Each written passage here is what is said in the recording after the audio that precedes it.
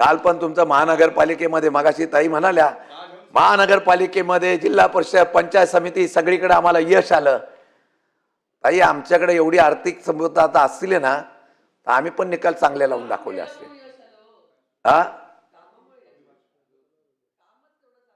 काम का माल आता आचारसंहिता लावायची उद्या, न आर्थिक व्यवस्था करता निवडणूक होऊन द्या आणि बॅलेट पेपर होऊन द्या। काम चांगलं असेल तुम्हाला निवडून दिले तर आम्ही उभं राहणार नाही। आई भाव काय 5,000 10,000 15,000? अरे निवडून आलेला सदस्य मगाशी भाऊ म्हणत होते, निवडून आलेला सदस्य सुद्धा आमच्याकडे राहील का नाही शंका आहे। बाबा इथं विचारा, वाईमध्ये एक सदस्य उभा राहिला 11-10 झाले।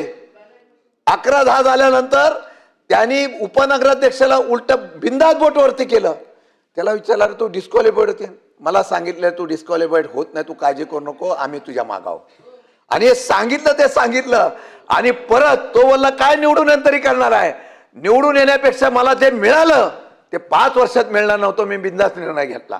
आता तो आकडा मी सांगू शकत नाही, परंतु अशा जर निवडणुका झाल्या ताई, अशा जर निवडणुका झाल्या, ते संकटमोचन मागे बसले त्यांना विचारा, लोकसभेला ते आले नसते तर काय झालं असतं त्यांना विचारा। सातारला